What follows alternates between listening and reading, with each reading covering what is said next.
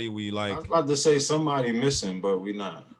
Nah, we all here. so everybody's here. Everybody's here. And you know how don't you know how we always Oh, I don't got my mic hooked up. fucking if you Yo, late, then you ain't getting your whole Can paycheck. y'all hear me yo, good? yo, You yo, sound good. It's not as good as your mic, but yeah. So if you Let want me to get put that the mic together, up. yo, I yo, suggest yo, getting that. You clear, Scott. You probably don't gotta be that close, but yeah. yo, yo, yo. You're. Doing my own personal sound check, my brother. Thank you. So, oh well, what if Mic check, mic check. 1 2 1 but we 2. think you sound like shit? Well, like I always say, beauty is in the eye of the beholder. Oh, that's a good one. That's a good one to get this show started off. All right, my people, welcome. We are episode 8. THC Podcast. CJ, we starting the show. Look alive, son. Say cheese. Look up, Marlon. Say cheese. Come on, man. Look alive, brother. Definitely had to. You know what I'm saying? Face. Yo, Nah, look 'cause alive, I like have we an about to do the auto. show, bro. Having audio problems. Over I there. am your gracious. Okay, well, I'll hold off a little bit. Are you good? Or I need to slow Nah, I'm down. straight now. I'm straight. Well, so I will tell everybody I am your gracious. I was going to say light skinned guy, but I'm not going to do that. We're not about the We colorism. don't condone that colorism. We don't condone behavior, colorism, man. but it Come sounded on, good bruh. at first. Hey guys, I am your boy BC, one of the members of the THC podcast. And you know how I always say, if you ain't smoking, you're joking. You know what I'm saying? So we're gonna see how everybody else doing today. I'm gonna start my top left corner of the quadrants here. Brother DJ, how you doing today, brother? What's up, man? I'm doing good, feeling great. Wonderful Sunday. I had to make sure it was Sunday. Oh, My fault. it is Sunday. Sunday game of basketball. We got the final, not the final four. We got the NCAA tournament on second round. The day the Lord has Yeah. made. That they had the Lord has made. So yeah, well, let's swing it. Let's swing it to you, brother John, brother Divine. What's going on, homie? Man, I'm good, dog. Look, I was low key afraid that I was going to be late because I had to go to Walmart, which I hate supporting Walmart, but you know, I've been looking after the young boys, so I had to go get some groceries. And that shit was drawing. I literally walked out the door at 2:05, but I still managed to make it here on time. So you know how I always say, if you ain't dreaming, it's gaming. Hey, yo, bro. Hey, that is a fact, Jack. Now I'm saying, man. let's throw it. Know that. You know that. Let's throw it to my man Scotty. Yo, Scotty feeling good about himself today. You see that my man brought out the guns. Put the Right. There's a family for him. You know what I'm saying? He brought Nah. the guns to the THC pod. What's going on, Scotty? Nothing much, man. I had the shirt on all day, so first and foremost. But secondly, I'm good, just here. Made it on time today, you know what I mean, for the team. You know what I'm saying? Just trying to have a good pod. Yo, you know how when people throw shade and like shade. That's what I felt like was happening, low key. But Like, yeah, I was on time I, today. I just want to say for the record, I wasn't doing that, Curtis. I was on time today. But nah, Anybody? I mean, I've been late for like the last 3 episodes, though. I admit that's that. what I was gonna say. The Yeah, person like, throws shade at You know what I'm somebody who saying? does commit that infraction only because they have already committed that infraction. They know in the last 3 episodes, you know what I'm saying? But it's all right. You know what I'm saying? We here. Word. Last but not least, to my right, probably I don't know which side he on for y'all, the left, whatever. My man Bill, my man Billy O. What's going on, bro? What's good? What's good? It's your boy Billy O in the building. Yes, I am the culprit. I was late, so this is my fault. So I do take accountability for being late. My apologies, fellas. Had some personal issues had to deal with, but yeah, we in the building. Make sure y'all follow Treehouse Club _pod on IG. Get our latest updates when the next episode coming out. We try and find a fit schedule. I think we're gonna look for like Tuesdays and Fridays to drop our episodes. But yeah, look out for that. And like I say, if you ain't coming, you're going. So let's get this show going. That's a fact. That is a You fact. ain't coming, you're going. I like I that. mean, that's a fact. So with that being said, if you ain't coming, you going. Where are we going in America today? My man Kanye apparently is taking the rocket ship to the moon. Apparently, we talking about American dreaming today. So I mean, and that's the first topic of focus. We're gonna go with Kanye was recently named the richest black man in America. You jumping the gun, man? Can I get my Black Rob on, yo? Black Rob. Yeah, we agreed to Black. We did agree to Black Rob. Yeah. However, I did forget. yeah, I think Song of the day. I think that train sailed, bro. Yeah. We're gonna have to maybe catch Black Rob at the end. You gotta do that before the intros, man. Yeah, That was pre-show. That was pre-show. You was supposed to bump that joint while we was getting together. I'm highly disappointed. He tight. Yeah. Flag on the play. Flag on the play, man. Flag on the play, yo. But it's it's basketball. It's a foul. We reviewed it, and you've been overruled. Yeah. Which I hate, by the way. But we can talk about that on another pod. Sorry, DJ. I was gonna call you Deej, but The Deej. I'm not. and all the listeners too, because we so the track of the day is Black Rob. Like, whoa. So stay tuned for that. We'll get that in at the end because everybody we're just gonna get it pumped up. If you get it pumped up real quick and we find a spot, we could get a little snip. But I'll find a spot. Kanye, He's how you find a spot. He like play that shit right now. Yeah. He's like, I have a spot. I play that joint right now, yo. Let him play it right now. Just play it, Interrupting Cal. just play it slow and we'll just talk over it. Just play it low. No, man. Cut You my can't play this low, nigga. You Can't get play stomped Said out to that. this joint. Turn it up even louder.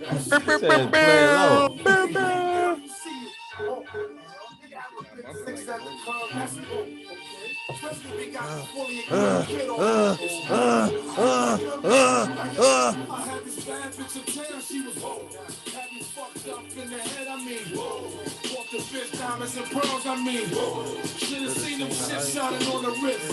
Now money ain't a problem, see my dough is like, pulled out my bankroll on y'all niggas like, lost the boot shirt from 210 like, Saggy wanna beat my blueprints, I'm like, have to hit the brakes on y'all niggas like, niggas getting both on my block like, coming home within a half an hour like, running like they had the manpower like, more or less, more so I rich, so I live a fast life. Come through on the cross slow like whoa. My nigga, like dough, like tro, white flow, nice clothes, like whoa. Yo, this song like 5 minutes long too, yo. I ain't gonna do the whole thing. Right. I ain't know if you knew. It's just, that's probably enough. You know the vibes. You know the vibes. You're I think y'all muted. I can't hear y'all. If oh, y'all there it talking. is. There it is. Yeah. Okay. Oh, okay. all right. My bad, player. Yeah. We didn't want to interrupt Black Rob. Appreciate y'all for throwing that in there. Getting the crowd hype. You know what I'm saying? So we're gonna just go like we said. Kanye is like, whoa, right now, reportedly, as of today, the richest black man in America. So that opens up a couple questions. Oh, well, let me say this first. Mostly due to his Yeezy brand and his affiliation with Gap, that is contributing the most to his wealth, which they estimate to somewhere around 6.6 billion dollars. Billion. 6 million. No, excuse me, billion with a B. All right, sorry. So anyway, with that being said, I mean, what do we think about Kanye? He American dreaming. I guess first off, how do we feel about Kanye being announced the richest black man in America? Is it a tallest midget contest, or is it something to be said for Kanye being named the richest black man? And I guess my last question, and I'll throw it around the room, is does Kanye consider himself the richest black man in America? Well, I got a question. Why is it a tallest midget contest? He said, "Why is this the tallest midget contest?" So the answer to that is the tallest midget contest. It kind of ties in with the last question I asked, being the richest black man. Are you the head slave master? Like, are you the head slave? Are you the, you know what I'm saying? Are you telling the others what to do? You the richest black man? Now I'm reading into the semantics and the words that we talking about here, of course. But what I'm really saying is he's the richest black man. Message, bro. And like I said, tied in with the last question I had, does Kanye even consider himself the richest black man in America? That's where I'm going with that. Okay. Okay. I got a see- guess for I see- that topic. I got Like, a guess I- for that topic. First, I want to just say congratulations to Kanye West on reaching that stature, just a billionaire status. So congratulations to Kanye and all the joint ventures that he's done with Gap and Adidas and with Yeezy. But to say the richest black man, I like how you emphasize that. I feel that because it's like, damn, why he gotta be the richest black man? Why can't Kanye West just be worth, 6 point whatever $billion? Thank you. But I mean, I understand why they're doing it like that right now because of the dynamic of how racial tension is right now. So if they can say a rich black man, look, a black man got wealth, they're gonna do that shit, which is, Kanye ain't been black. I mean, and not to say that, and maybe I'm baiting and kind of reaching with, does Kanye consider himself black? Hey, I really do kind of question that, by the way. And I'm not. I ain't black. I'm Kanye. So I'm Right. I gotta interject. Y'all ain't do y'all research. Kanye is not the richest black man in America. Who is? Well, according to this article, it was a false statement that was put out. His real net worth, according to Forbes, is 1.3 billion as of March 18th. Now, to clarify, in a Bloomberg report, Kanye's Gap and Yeezy deal is worth 6 billion, but he is not worth 6 billion. Right. So- That's what they're projecting Yeezy to Gap has come brought in the in future. no revenue, He's going to let be alone worth that any much. No. That's not what they're saying. The Bloomberg report, to clarify, is that the deal is worth. So the Yeezy and Gap deal is worth 6 billion. That's not necessarily how much he is worth because he's not all of Gap. Looking it's at a a partnership deal. Forbes article No, right here. I'm not arguing with that. I know that. I think he only has a couple $100 million in cash assets, like as far as stock cash assets or whatever. But what I'm saying is, like, 1.3. they're projecting that they're projecting that actually he has less in cash assets. Like, I'm talking like actual cash and savings accounts and banks, whatever he has in a 401k, and then stock. What He I would only has. Oh no, go ahead. I'm sorry, DJ. I'm sorry. I was gonna say he only has like 300 million. Like when they broke it down, like with actual, like when they broke down all the money, like the report, it was like what Kurt said. Kanye's not actually worth this amount of money. He only has this amount. That 6 point whatever billion is projected in the next couple of years with the deal that he just capped with Adidas and with Gap. So according to Forbes, I'm looking at an article right here. It says, like one of y'all just said, Yeezy Gap has made no income or brought in no revenue, I'm sorry, let alone any profit. So they just saying that's It's projected. But the richest black man, according to Forbes, and that's the language that they use, the richest black man is Aliko Dangote or Dangote of Nigeria. He's worth 11.8 billion, but he's the richest black person in the world. That's in the but world. I think so not it's in all America, though. interesting to hear the language and even the fact that it's a topic of conversation. When we Yeah, What we about jumped the the dude that gun bought a the little Weather bit Channel? though. yeah. What happened to the dude that bought the Weather Channel? I thought He was got the richest. potential to be the richest. So I think that is true. I think what also that is saying is that he owns the whole Yeezy brand. He's 100% owner of the Yeezy brand. Mhm. So if that's fact, because I did read that. So I think that's also pointing to that metric.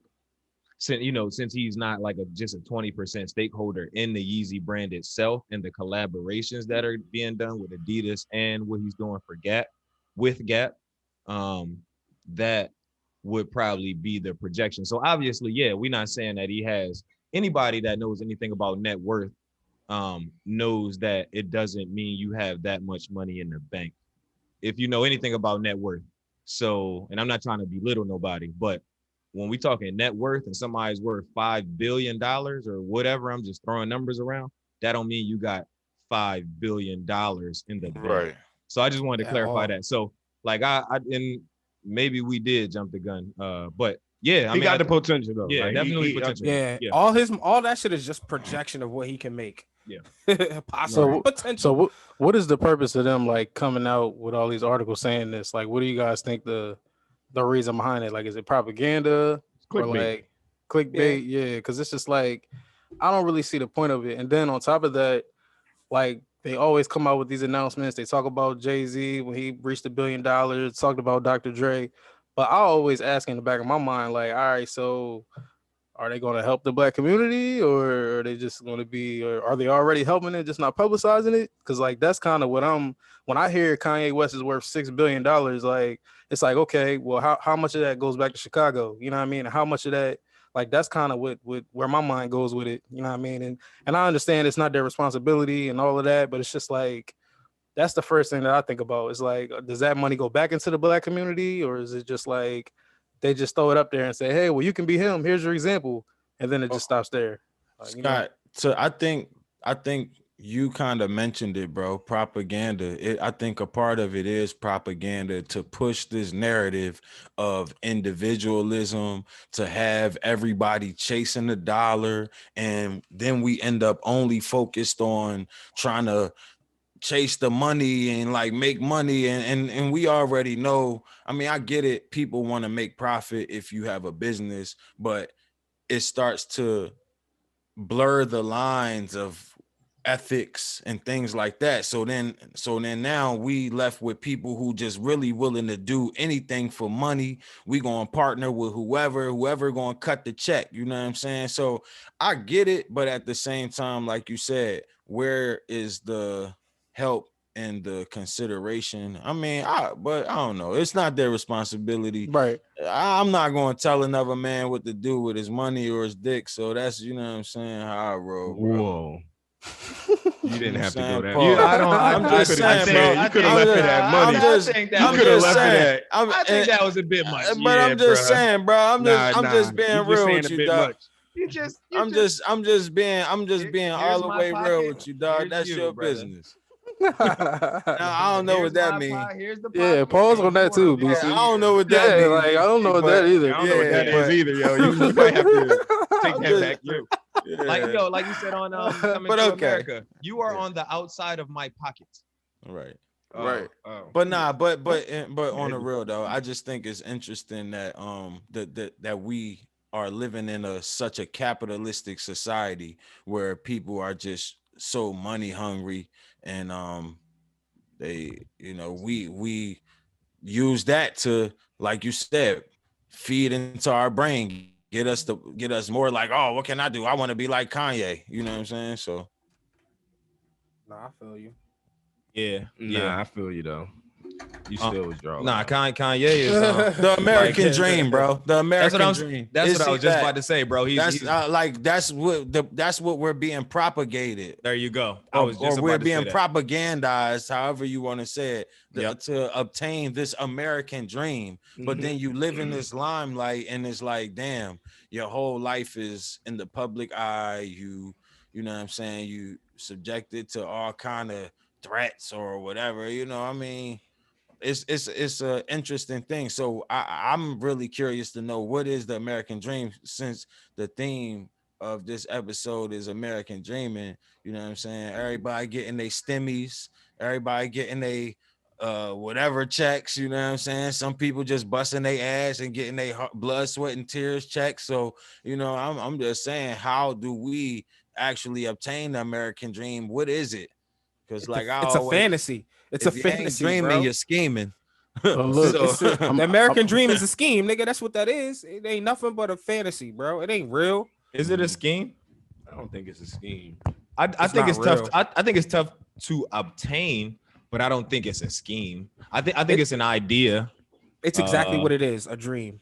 What if we call it the American dreams come true though? Dreams come true. There you go. Dreams come to reality. And in fairy tales. What'd you say? I mean, dreams come true sometimes. Sometimes. I had a dream. I had a dream that one day that Jews and Gentiles would be able to live amongst each other. He said it so regular, like I didn't know where he was going. I didn't know where he was going with that at first. I thought he was about to really talk about his dream. Like I'm saying. You know all right, let me put my conspiracy theorist hat on real quick.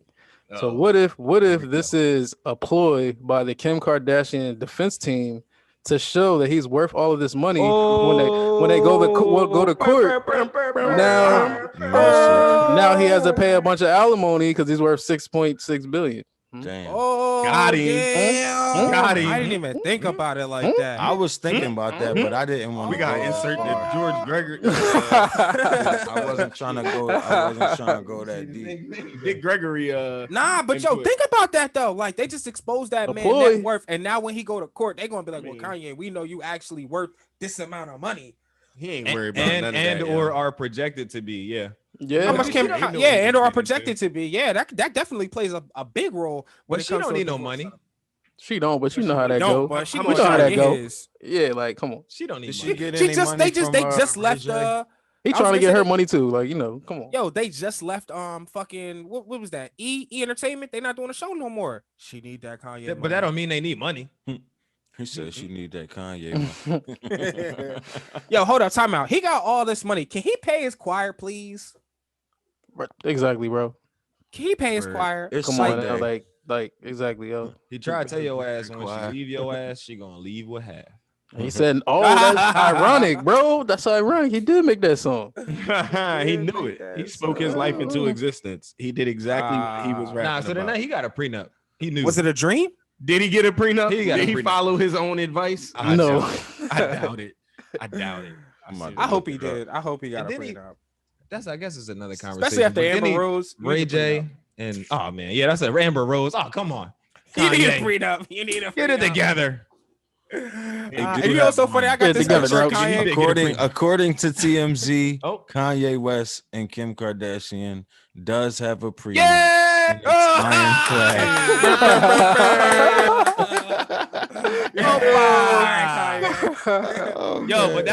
Yo, but that's also to protect her assets. Right, right, though. right. That was for her. Right. Drink For to that. Kanye, Drink to for that. Kanye. That nigga went crazy and lost it all.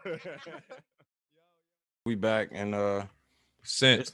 it's the American Dream thing, and we just want to see, you know, what the ladies got to say on this, man. We got some really special dope guests this episode, man. You know, it's Women's History Month, so we want to make sure that we allow the women to chime in, considering that most of us are guys on here. Most of us are guys. It's like, nah, Definitely all man. guys. But nah, yeah, Except we for all, Sneakers. you know, it's a manly podcast, but you know, we definitely want to show love to the women, especially this month. So we got two special guests, like I said, Yasmin, Selena, and Stacy from the Hustlers Guild, man. So I think we just got them linked up, and I think they got to get the Waiting on the them. new link. Drinking a Teddy Brewski over there. Yeah, bro. Yeah, so so like I was saying, these two ladies have been working with the so many youth, at-risk youth within the DC community to just empower them and encourage them to be entrepreneurs, to attend HBCUs, to just get involved politically. And I think just they would just be the perfect guest to have on this episode, considering, you know, it's the hustlers, we talking about the American hustle today, you know what I'm saying? American dreaming. The American dreaming, you know what I'm saying? We want to know, like, you know, what it is, what What is the American dream? Yeah, what it is. So, I mean, I'm just asking you real quick though, Scott or DJ or our gracious light-skinned guy. I Yeah, mean, he get to be gracious. What about everybody? What's up with else? the light skin comments? because he's the He only said he one, wasn't bro. participating. He the only. He- Nah, I know. I'm joking. But you know, but nah. Just what? How do y'all define the American dream, though? Oh, What is- nobody. What it sound like? The It American sound dream. like. I mean, Huh? it's a lot of things. I definitely think it's something achievable, real rap. You know what I mean? But I feel like what's how John says propagated or propagandized to us is this rags the riches type of American dream that we get through the culture of our music. That you have to come from a struggle to make it, and the only way to make it is to be in the limelight, and that's like the American dream for us that it is appealed to, is how they manipulate us with that. But that's just like kind of my insight of it. I definitely think it's something that is propagandized to us to see it in a light that we have so many other options that we don't have in our spectrum based on the music and some of the things we see on TV. So it's definitely good to have different advocates out there that show other options, like we've done with you and Scott when y'all had your film literacy program for the youth that y'all ran down here in Wilmington. So it was definitely something that gave children an insight of other options that they had, going on in their life.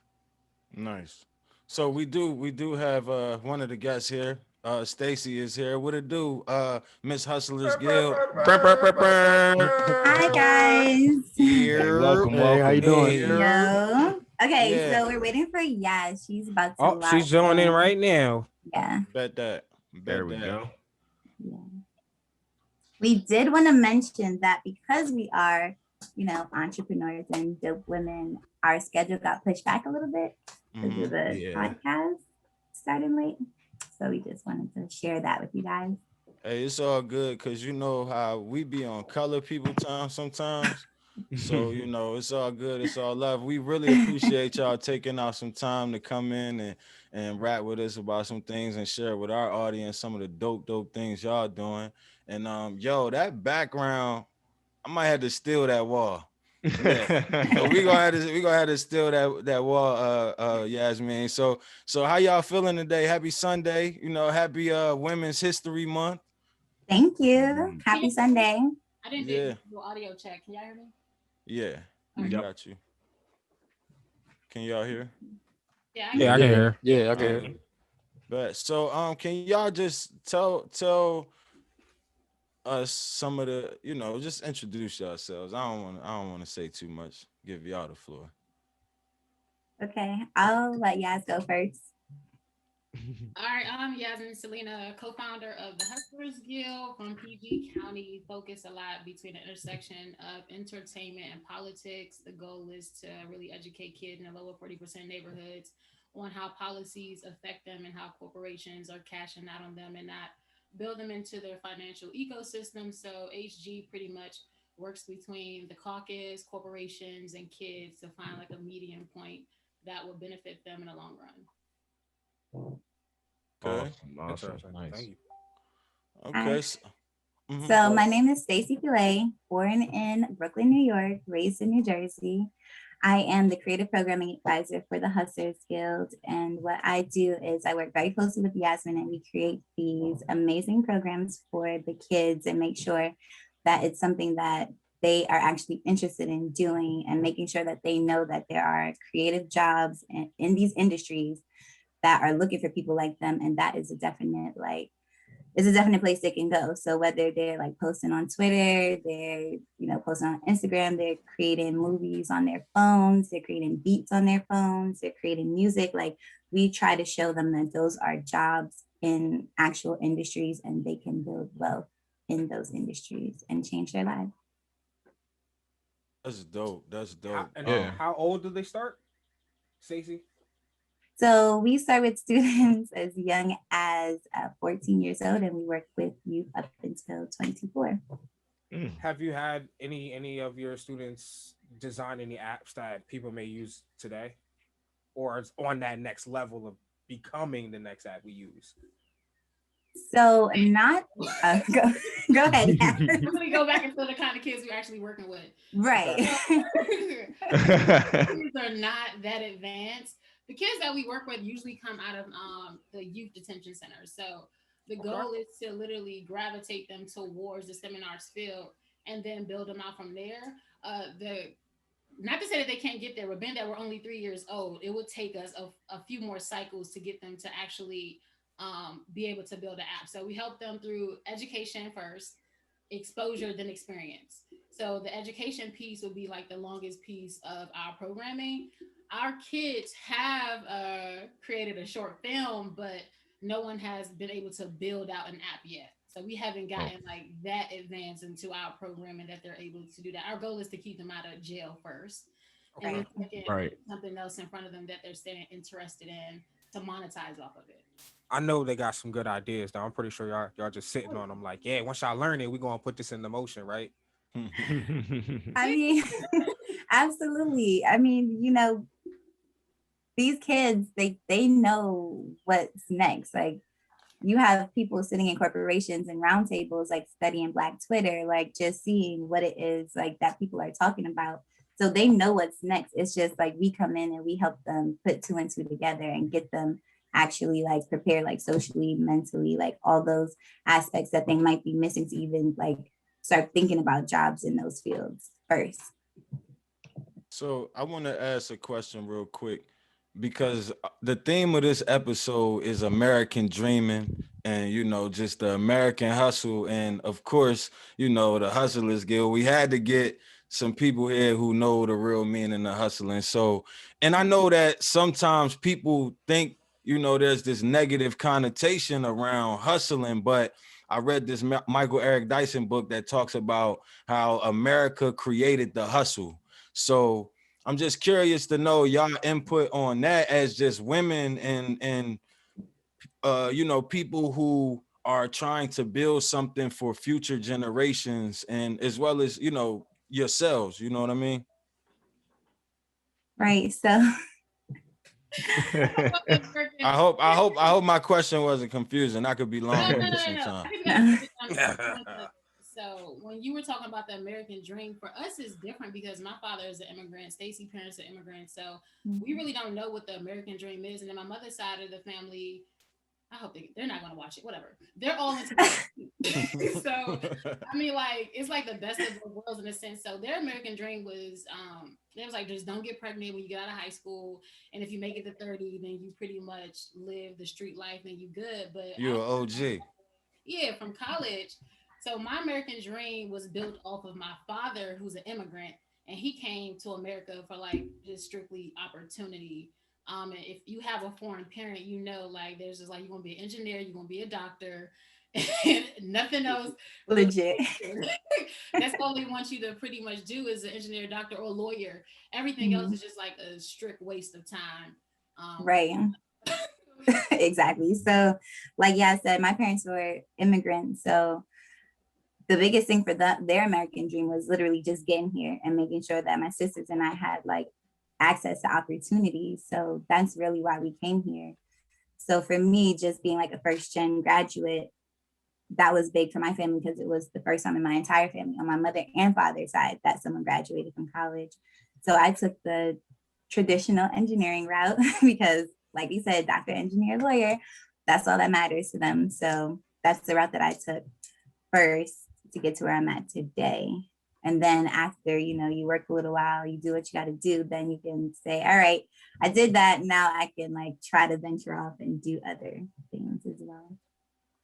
Yeah, I think it's interesting, and thank you guys for your ladies for sharing that. I think it's interesting that both of you have immigrant parents, because I think that's kind of my view on the American dream. It's not really, I don't have immigrant parents. However, I do think it's different for everybody, and especially you know, kind of depending on where you, I'll just say, ground your family tree, right? So if, you know, if for me growing up without a father, it's like, okay, I got my mom's side of the family, but it's not the full family tree, and there probably could be more to the story that would you know, allow me to fully shape my American dream based on my ancestors. So with the example that I have currently, maybe it could be better. So I think it's interesting. And once again, thank you for sharing that. You kind of confirm my speculation on the American dream. Is it kind of changes for everybody per generation. And so you guys have yours and your children will probably have theirs based on how you guys kind of structure it. So yeah, I think that's interesting. Thank you. So we've come to a consensus that everybody's definition of the American dream is different. For some people, it's Kanye. It's Kanye's so-called 6 point something billion And for Right. other people, it's stability and a good career and stuff like that.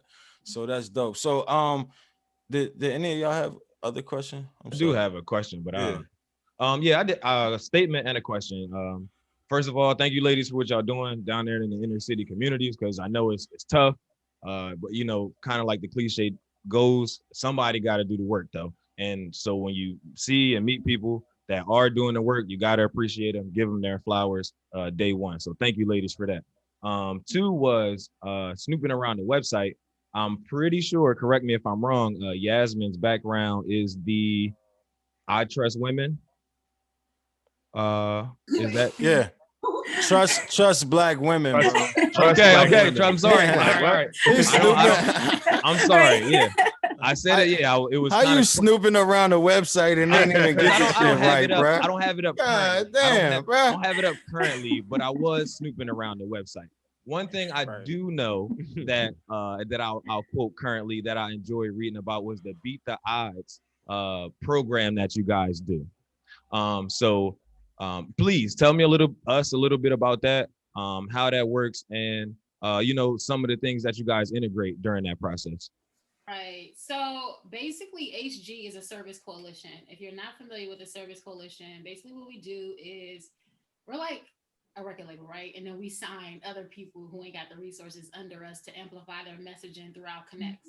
So Beat the Odds is a program based out of Boston that focuses on music therapy through like arts and trauma and all that other stuff, financial literacy. So our goal with Beat the Odds is to take they're a group of friends. We take their program and then we ask them where they want to go with it. And then we just kind of like push them up the mountain. So with Beat the Odds, you go through a programming with learning this stuff like once a week. And they actually do a lot of hours, like every day almost, right? A lot. Yeah, it's like Monday through Friday. They do it every day, but what we do from HG standpoint is we got them 8 in-home studios through Native Instruments, Fruity Loops, and HyperX. So we were able to build them up 8 home studios in the pandemic.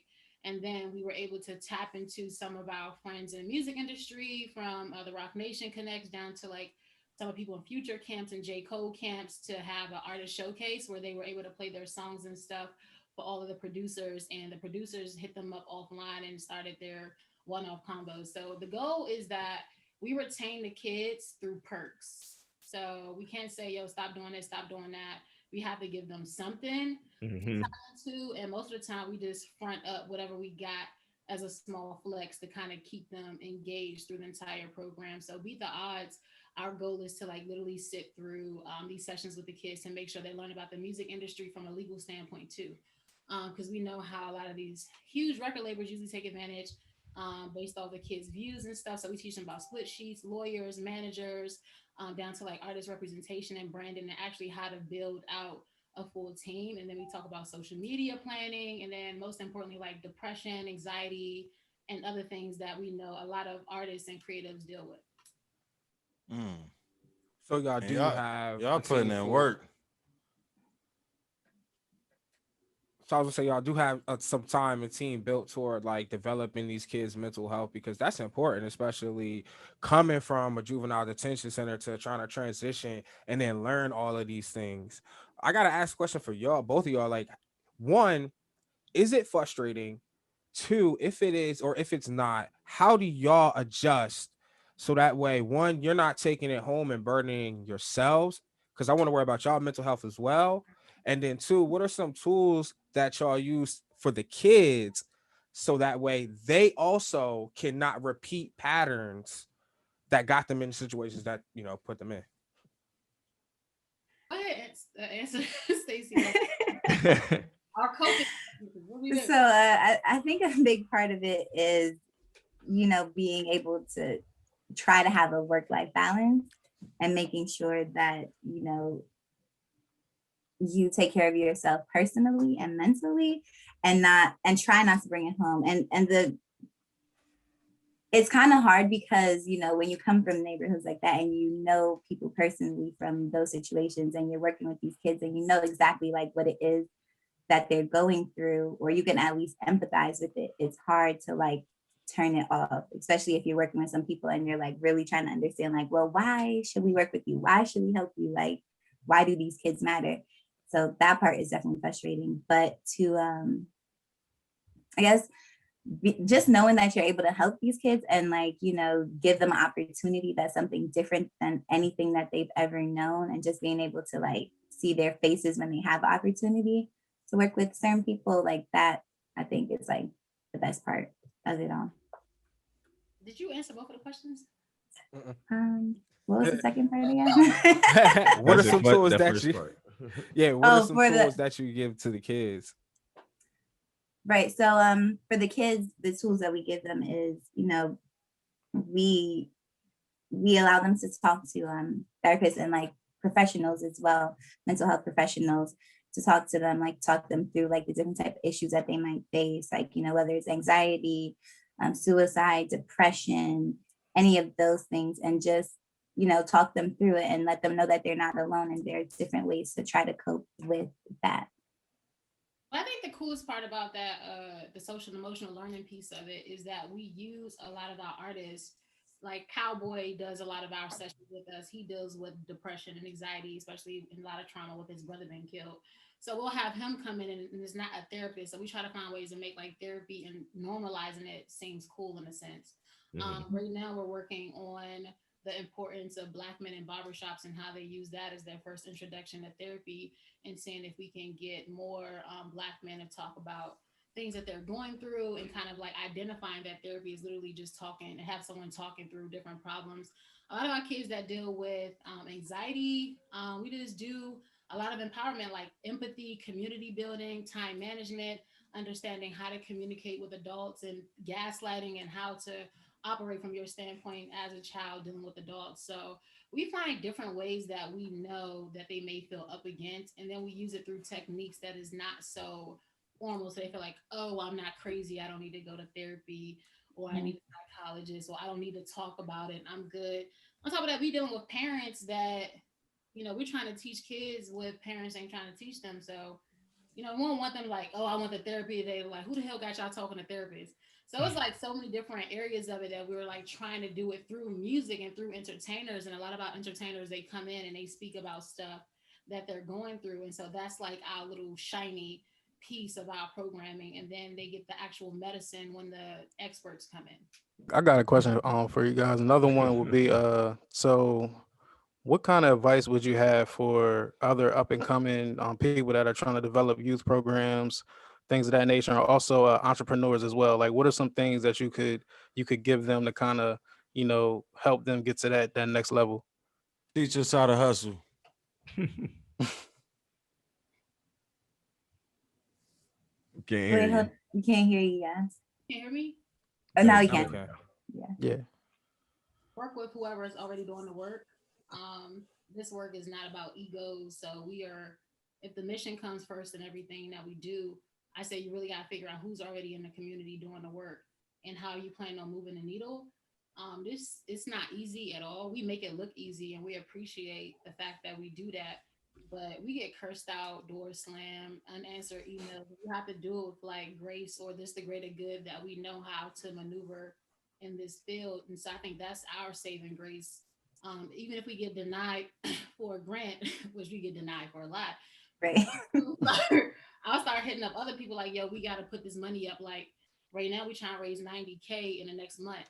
So, you know, I'm sitting down punching numbers and figuring out what makes sense. So we got to sell shirts, what that look like. If I got to go talk to some people to raise some money, what does that look like? If I got to do media and know I'm gonna pull in $9K a weekend, then that's what I do. I sit and figure out how much it's going to cost me for my time to put the money up ourselves, because there's a lot of systematic racism in the corporate and social responsibility world. Message.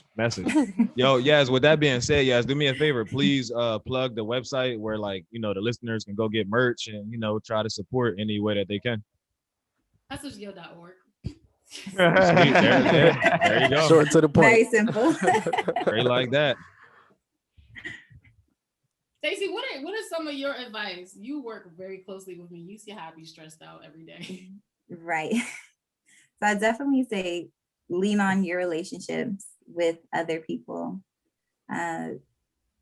like we talked about before, the systematic racism is crazy. So we get a crazy amount of no's. We like suffer a crazy amount of L's, and it seems like we have a lot of wins. But like, I think the biggest thing is just to keep your focus on why you're doing it. You know, like it gets really simple to like get lost in like the no's and the politics and all the other stuff that's going on. But when it comes down to it, it's really about the kids and making sure that they have, you know, the opportunities to like be better people. Yeah, no doubt. I know I, along with the real photographers around here, really appreciate y'all, and the musicians appreciate y'all, because it's basically right in the wheelhouse, to where, you know, a lot of people, and because these guys have opened me up to the music production and the photography. So even as an adult, it's something that I'm learning. And, you know, just to think, if I was able to have a program like you guys in the summer, I may have been opened up a lot earlier to it. So I mean, I just really commend you all for what you're doing. And tell us, I guess anybody else got a question? I'm just wondering, what's do y'all coming? help adults? Oh yeah, that's a good question. 24. Up to 20. Yeah, they said Up the to age 24. bracket. Okay. Right. What if Which I think is 35-year-old, bro? He about to drop that album, and it's dope. He got that beat back. You know what I'm saying? You gonna tell me no? No I need way. studio time. I'm saying, hey, you know what I'm saying? What's coming next? Well, you know, in the future for Hustlers Guild. Oh, we got a lot coming up. So we have this week, next week. I think our major goals are about to start our second cycle of our film camp. Don't shoot guns, shoot cameras.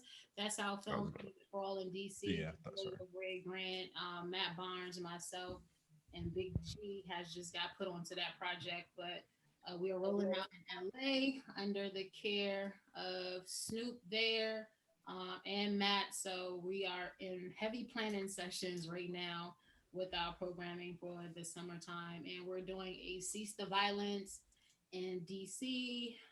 Hopefully we're going to get in contact with all 130 active shooters in the district to see if we could call down for no gun shooting for a month in the summertime. So working a lot with the DC jail leaders, some Reform Street dudes, and a few celebrities to see if we can come to some kind of agreement with them. No, we definitely appreciate that answer. It is, you know, best you could do, and I think we understand what you're saying. At the end of the day, it's a really bigger issue that we facing when you really are the folks that's on the ground doing the work and doing the research, and you seeing these folks out here, and you're like, okay, this is what we really got. Then you figure out a plan on how to go ahead and attack it. So no, I think we all understand exactly what you were saying in that. So we appreciate that. Oh man, it's like Lil Baby said. What did he say? Problem with the whole way of life. And that's a fact, Jack. Know that. Nah, any y'all had a question? Nah, I didn't have anything else, but I definitely just wanted to thank you both, Yasmin and Stacy, for stopping through, man. Y'all are out here hustling and getting it. Do y'all hear that? Do people joke about the hustle a lot? Do y'all get tired of that? Like when people like, "Oh, you a hustler?" No, we really don't talk. No. Yeah. Oh, you don't talk to people?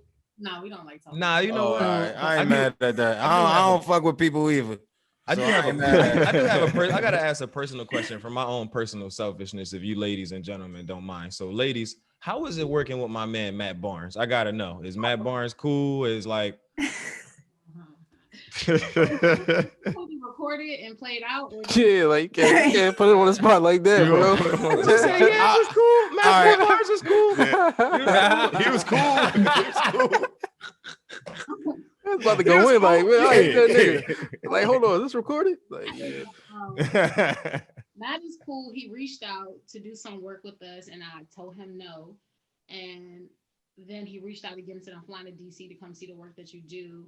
And I was like, okay, he's coming. But we had a very long conversation while he was in DC, and he signed on as an advisor. He said that he'll do anything within his resources and network to make sure that we do what we need to do. So Matt is a really great asset to us. He turned into like big bro. We're actually working on projects, so we keep in contact like on a weekly basis. Cause that's how I like just through IG and all that, watching his podcast, the Up and Smoke and all that. That's what I get from Matt Barnes, and that's who I try to be from. You know what I'm saying? I try Matt to Barnes, envision myself. That's how you look like. As You look a- like him. Matt Barnes, you are who they say you are, brother. So respect. Yo, you know how I Respect. always say imitation is the highest form of flattery. So I'm just saying. But thank you for that answer. Appreciate you. Man. But nah, ladies, Yo, we no, he do- did not just say he's Matt Barnes in imitation. Right, Get him out of here. Get him out of here. Like he's yo. imitating He Matt was Barnes he with his was a face. two-sport Like, you know what? Whatever. Tight. But thank y'all for coming through. We really appreciate y'all, man. Again, happy Women's History Month, and Thank we look you. forward to obviously keeping in contact with y'all and watching all of the beautiful things that y'all doing. And I know me personally, I have experience working with youth as a media literacy instructor. So I'm also looking to, we'll have that conversation offline about how I can get involved as well. So I'm closer to y'all in terms of geographically than everybody else. So yeah, man, I really appreciate this. And this was a dope pie, yo. We Yeah, appreciate y'all, man. definitely. We Thank you got for some coming hustlers through. in the building. Hustlers. I need a in the Rick Tree- Ross drop. Tree I House need a Club Rick Ross every day podcast. I'm hustling drop. So we could just get Every that in day there. I'm Every day I'm hustling. hustling. Yeah, we gonna put that in there, man. We appreciate y'all. You know what I'm saying? And Thank you. till the next episode. Until the you next time, we heard? got